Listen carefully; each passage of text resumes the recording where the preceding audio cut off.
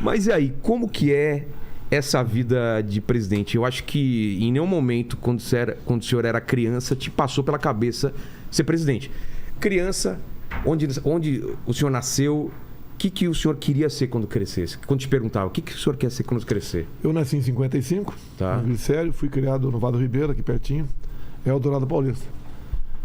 Eu estudava bastante. Escola pública, toda molecada estudava, não era apenas Eu estudei, na minha época era muito boa a escola pública, né? Bem que é uma diferença acho, meio grande, eu tô com 67 com a tua idade. Eu nasci em 70, mas eu tenho 39 anos porque eu não sei fazer conta. Mas eu nasci em 70. A diferença é 15 anos, tá? É. E era diferente o ensino. Certo. Todos meus irmãos já chegaram alfabetizados na escola. Hoje ainda, né? Quantos irmãos? O total 7. 7 irmãos. Um atrás do outro. É? Mas era assim, as famílias eram grandes. Meu pai tem 9 irmãos, minha mãe também tem 6. A turma não relaxava, não. Tinha televisão, né? 6 meses, 8 meses O espaço depois. era muito pequeno. Já vi uma nova gravidez aí. É. E aí, às vezes, no mesmo ano tem dois irmãos. Acontece. Caramba. Mas tudo bem, era natural. Até que não era família muito grande, 7. Era comum 10, 12, Exato. 15. Tá, com o tempo foi diminuindo isso aí. Hoje em dia, a média já tem 2 ali. 1, 2, 3 no máximo, né? Exato. Era diferente. Era uma vida muito saudável. Não tinha esse conforto que nós temos hoje em dia, não tinha celular, nem telefone tinha, na verdade, né? Você televisão também. Isso que eu ia falar. Você pegou a fase pré-televisão. Era rádio, o pessoal se reunia em volta de rádio? Rádio. Tinha isso, meu pai me rádio. Eu ouvia muito o programa na beira da Tuia, Tunico Tinoco, às 18 horas. Quando era jovem, era comum.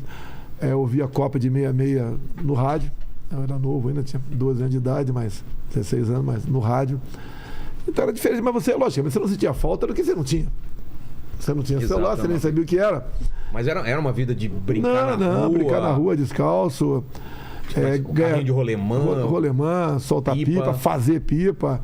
Fazia pipa? Futebol fazia também. Rabiola com saco de lixo. Fazia um chamava de Maranhão também. Maranhão? A pipa tinha um nome de Maranhão também. Eu já ouvi vários nomes. Como chamava pra você? Cacheta? Tinha pipa e tinha capucheta.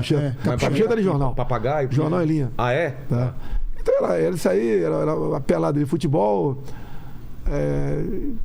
A molecada, muitos fazia um bico ali de engraxar sapato. Meu pai me conta isso também, de ele engraxava na saída. Eu pescava muito em Eldorado Paulista aqui, em média 3 dias por semana eu ia pescar. A gente ganhava a vida da gente. Tá. Raramente pedia dinheiro pros pais, né? Teus pais faziam o quê, né? Meu pai era dentista prático. Tá. Ou seja, se eu sorrisse perto dele, ele debulhava a tua boca. Mesmo? Né? Era comum. Não era comum você fazer obturações. Arrancava mesmo, era muito comum. Você vê as fotos antigas, né, pessoal? E meu pai era muito querido por isso, meu pai também era dentista, também era protético, né? Fazia dentaduras. E em Eldorado, ele ficou por muito tempo, não tinha outro dentista lá. Ou melhor, nem ele era dentista, daí ele cuidava da vida da gente assim, todo mundo foi educado, não passamos grandes necessidades. Porque para criar 7... Não, mas foi tranquilo. Série pequena você vivia bem melhor. E não era demérito nenhum você ir no açougue e comprar a cabeça de um boi para abrir no machado para fazer bolinho de miolo. Tá? Exato. Ou a molecada ia cortar flor de abóbora também no lixão para fazer bolinho. Flor de abóbora, bolinho de flor de abóbora. Hoje nunca mais ouvi falar disso aí. Nunca ouvi falar também. Mas era coisa da época, né? Teve Guerra de Mamona? Guerra de Mamona. Lembra disso? Sim.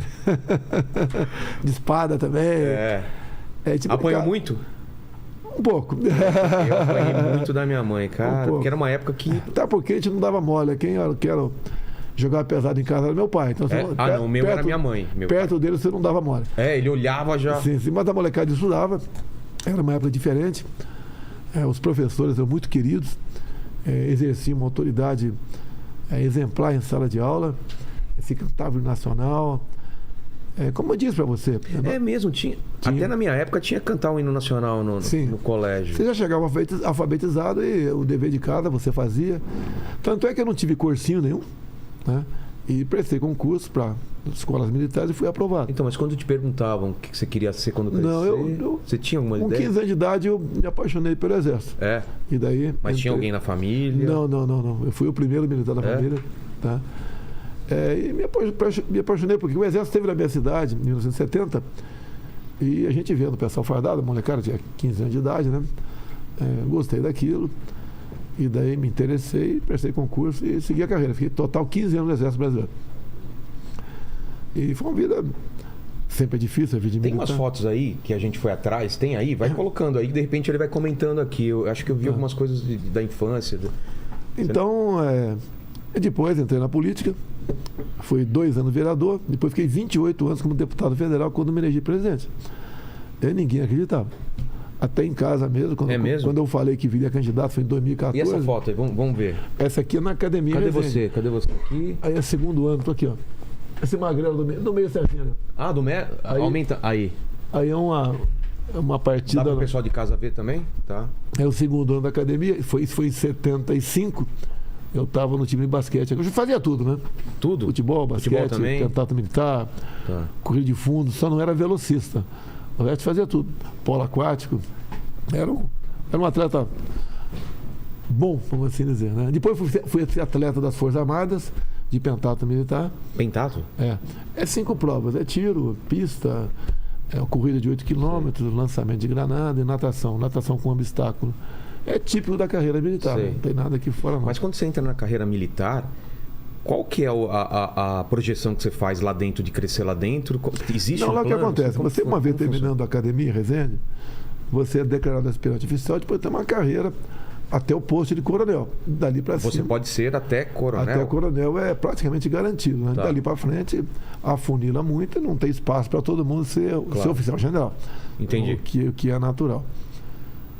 E cada turma, em média, 4 chegam ao final da carreira, que é general de exército, né? Com 45 anos, 46 de serviço. Depois, a princípio... Vai colocando foto, tá? Depois, a princípio, vai para casa. É a carreira... Certo. Como e esse era teu plano inicial?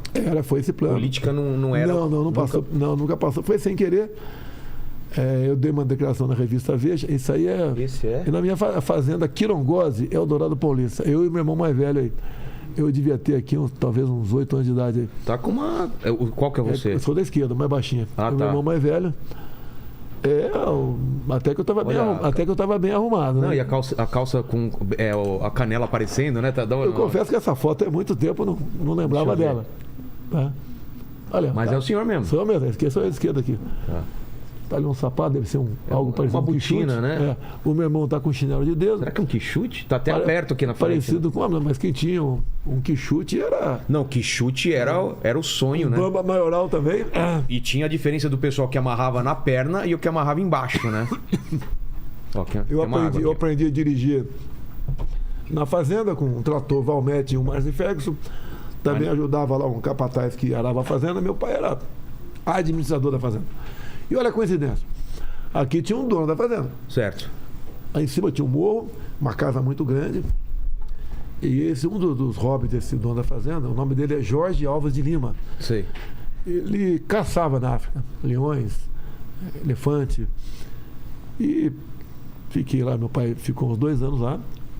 Ouvi raras vezes. Mas o que? Seu pai trabalhava para ele? Trabalhava como administrador de fazenda. Entendi. Tá? E, obviamente, conhecia ele ia lá 2, 3 vezes por ano. E a casa dele é muito bem imobiliada com ornamentos de animais, né? Pele de leão, etc. E, por coincidência, o ano passado, nos descobrimos e eu fui visitá-lo. Ah, é? Mora em São Paulo. Tá vivo, então, ainda? Mora em São Paulo, tá vivo. Me deu de presente o rifle que ele caçava leões na África. Né? E ele, obviamente, ficou feliz em me ver, né? Lembrava muito pouco de mim. Eu lembrava mais dele do que ele de mim, né? Hoje deve estar o quê? Deve estar com mais de 90. Caramba. Eu estou com 67, mais de 90. Então foi um encontro bacana. E recordações, coisas que acontecem na vida da gente. Quem diria ele, o filho do empregado de uma fazenda dele, chegar à presidência da República. As coisas acontecem. Exato. Na vida da gente, né? Eu mesmo...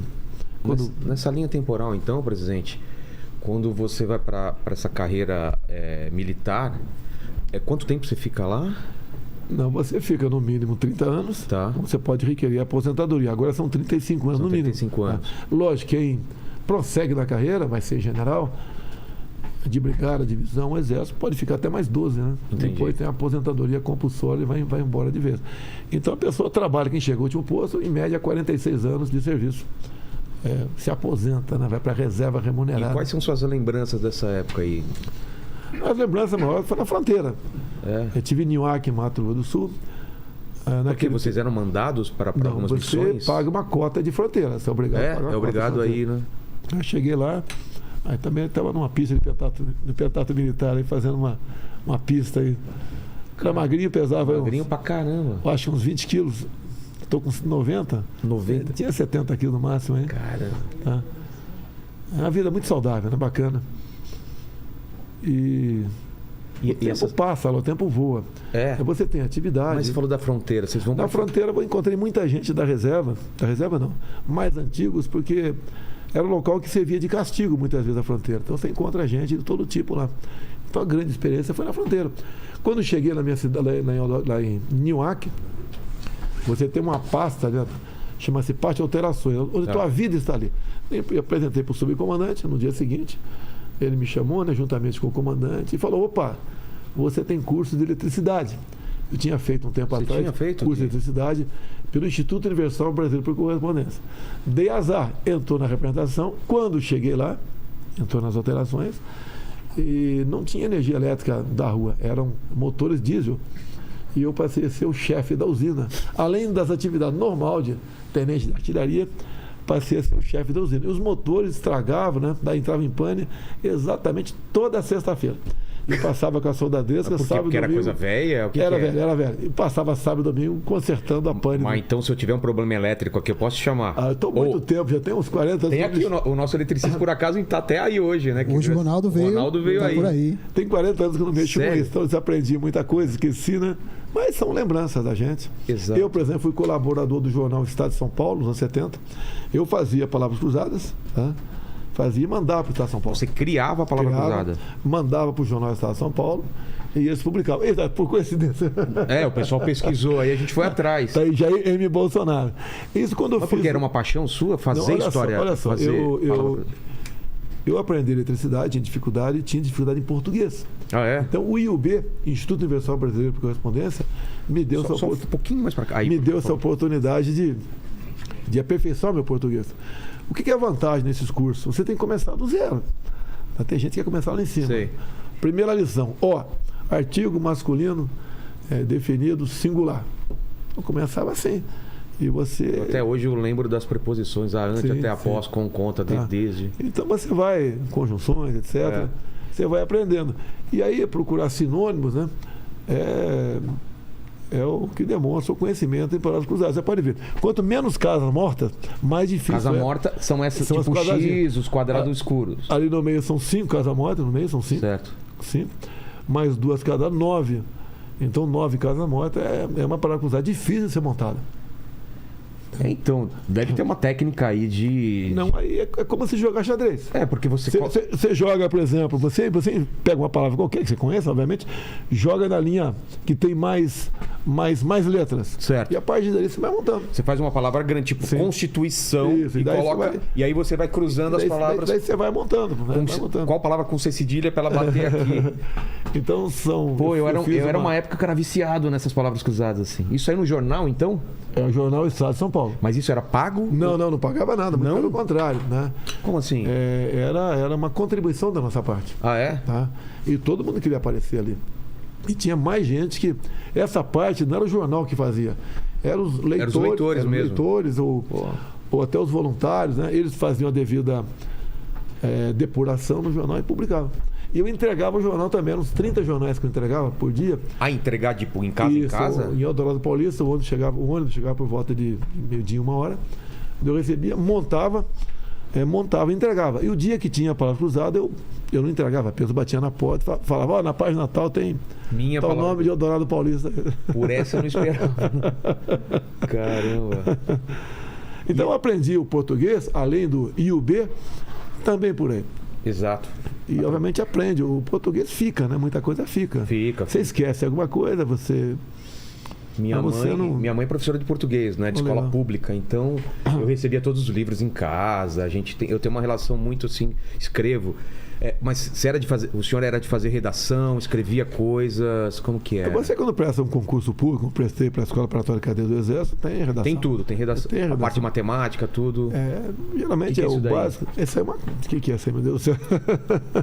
Tá. Essa é uma das redações. A gota d'água é uma redação.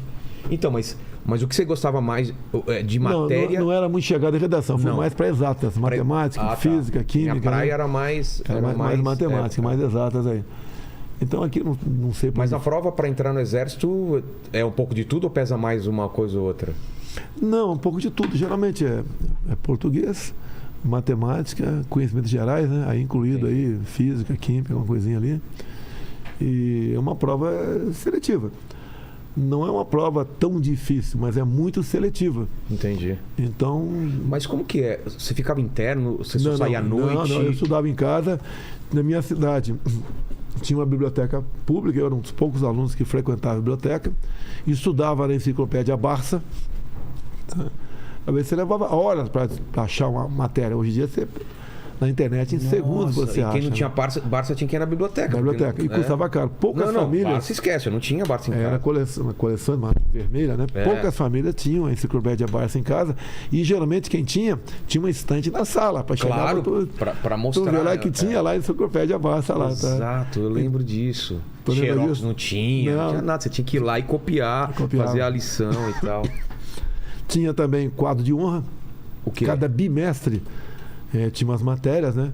Que os 3 melhores alunos entravam no quadro de honra. Geralmente eu frequentava todo o quadro de honra da escola lá no ginásio de Eldorado Paulista. Né? E você é palmeirense, eu sou corintiano, eu tô triste hoje, fazer o quê? Eu fiquei isentão hoje, tá? Não fala nada. Fala nada que eu ainda tô puto ainda com ontem, com a gente quase ganhou. Então eu fiquei triste quando o Palmeiras saiu fora. Exato. Se não me engano, foi o Atlético Paranaense que tirou o Palmeiras fora da...